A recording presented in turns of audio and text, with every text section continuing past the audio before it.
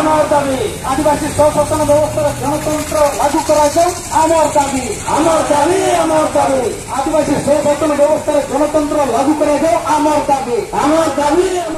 आदिवासी single अभियान Baripada general committee सभापति सहित ओडिशा प्रदेश सिंगल परगाना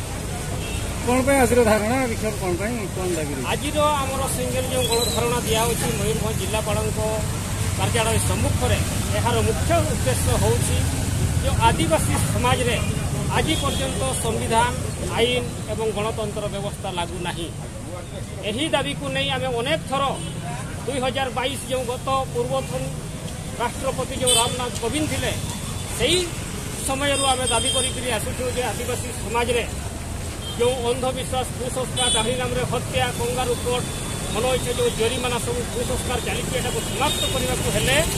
आमर आदिवासी समाज में संविधान आईन और गणतंत्र व्यवस्था लागू करा किंतु आज पर्यंत आमर दाबी पूर्ण करा जाए नहीं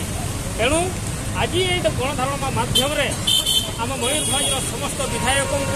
मयूरभंज सांसद एवं ओडिशार मुख्यमंत्री सहित भारतर महामहिम राष्ट्रपति को आम प्रश्न पचारूसी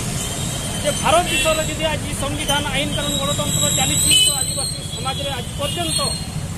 संविधान आईन और गणतंत्र व्यवस्था लागू ना कहीं यार जवाब दिंतु तापर जो आम भारतर 15 कोटी प्रकृति पूजक आदिवासी मानक